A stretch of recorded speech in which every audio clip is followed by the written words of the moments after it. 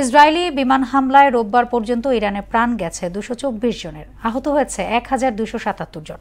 এদিকে ইরানের পাল্টা হামলায় ইসরায়েলের বন্দরনগরী হাইফায় ৫ জন নিহত ও শতাধিক মানুষ আহত হয়েছে।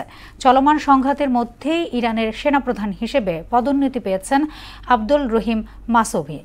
এদিকে ইরানের পারমাণবিক অস্ত্র থাকা উচিত নয় বলে মন্তব্য করেছেন ইউরোপীয় কমিশনের প্রেসিডেন্ট উর্সুলা ডন ভার লিয়েন। ইশতিয়াক হোসেনের ডেস্ক রিপোর্ট।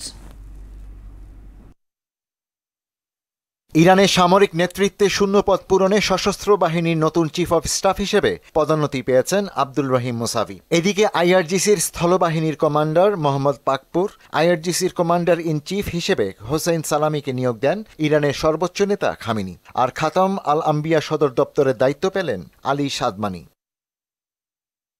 এরই মধ্যে ইসরায়েলের গোয়েন্দা সংস্থা মোসাদের হয়ে গুপ্তচর বৃত্তির দায়ে দোষী সাব্যস্ত হওয়া এক ব্যক্তিকে মৃত্যুদণ্ড দিয়েছে ইরান। সোমবার এক প্রতিবেদনে তথ্য জানায় দ্য জেরুজালেম পোস্ট। ইরানি ক্ষেপণাস্ত্রের আঘাতে ক্ষতিগ্রস্ত হয়েছে তেল আবিবে অবস্থিত মার্কিন দূতাবাস। সামাজিক যোগাযোগ মাধ্যমে দেয়া এক পোস্টে এই কথা জানান মার্কিন রাষ্ট্রদূত মাইক হাকাবি। একই সঙ্গে জেরুজালেম ও তেল আবিবে অবস্থিত দূতাবাস ও কনসুলেট বন্ধ ঘোষণা করা হয়েছে। এদিকে ইরানের পারমাণবিক অস্ত্র থাকা উচিত নয় বলে মন্তব্য করেছেন ইউরোপীয় কমিশনের president Ursula von der Leyen.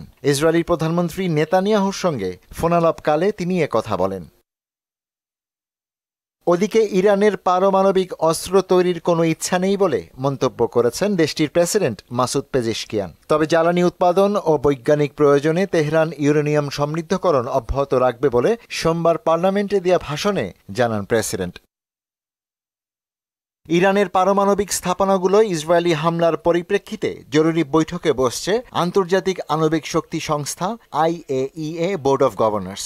সোমবার IAEA এর সদর দপ্তরে এই বৈঠক হওয়ার কথা রয়েছে বলে এক প্রতিবেদনে জানিয়েছে বিবিসি। ইশতিয়াক হোসেন, মোহনা সংবাদ।